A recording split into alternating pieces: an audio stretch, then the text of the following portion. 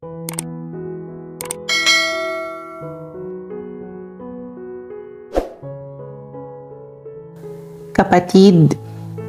isa ka ba sa nakakaramdam at nakakaranas nito? Yung tipong bigla-bigla ka na lang nalulungkot at bigla ka na lang iiyak nang hindi mo alam kung saan ka nang gagaling.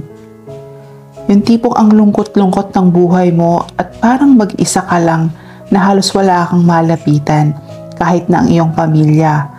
O isa ka sa mga taong ang dami-daming pagsubok at problemang kinakaharap sa buhay. At naisip mo na rin ba na wakasan na lang ang lahat?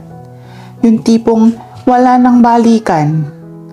Yung tipong hindi ka na mahihirapan. Kung isa ka sa nakakaranas nito,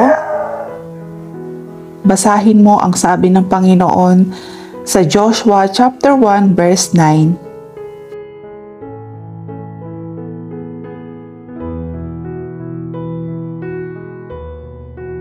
O diba, mahal tayo ng Diyos?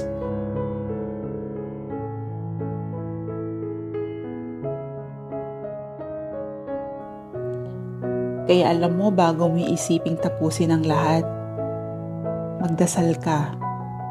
Kausapin mo siya mula sa iyong puso.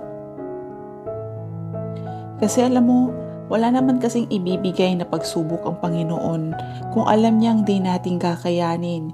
Sinusubok niya kung gaano ba tayo katatag na nakakapit sa Kanya. Naghihintay siya. Tawagin lang natin siya. Kasi minsan tayong mga tao kung kailan lang kasi tayo nakakaramdam ng lungkot, problema at nakakaranas ng pagsubok, saka lang natin naiisip na may Panginoon pala. Ugaliin kasi natin minsan sa ating buhay ang araw-araw na isama siya. Saan ka man magpunta. Ang simpleng pagpapasalamat at paghingi ng tawad ay malaking bagay para sa Kanya. Kaya kapatid, kung sino ka man, kung nasaan ka man, napakasarap mabuhay.